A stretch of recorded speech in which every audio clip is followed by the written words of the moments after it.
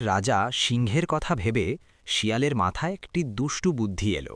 সে ভাবল, আমি যদি সব পশু পাখিকে সিংহের বিরুদ্ধে খেপিয়ে তুলতে পারি, তবে হয়তো আমি এই বনের রানী হতে পারব।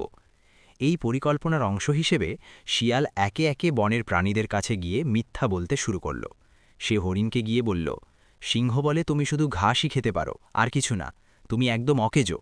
এরপর সে খরগোশের কাছে গিয়ে বলল, সিংহ বলে তুমি শুধু দৌড়াতে পারো, কিন্তু তোমার মাথায় একদম বুদ্ধি নেই। এরপর সে চিতাবাঘের কাছে গিয়ে বলল, সিংহ তোমাকে দুর্বল মনে করে এবং বলে যে তোমার কোনো শক্তি নেই। এভাবে শিয়াল প্রতিটি পশুর কাছে গিয়ে তাদের সিংহের বিরুদ্ধে উস্কে দিল। পরের দিন সিংহ একটি গাছের নিচে দাঁড়িয়েছিল। হঠাৎ বনের সব পশু তার সামনে এসে চিৎকার করে বলতে লাগল, তুমি আমাদের সম্পর্কে কেন মিথ্যে ছড়াচ্ছ? আমরা তোমাকে আর আমাদের রাজা মানি না। সিংহ শান্ত হয়ে সবার কথা শুনল। এরপর সে আকাশের দিকে তাকাল।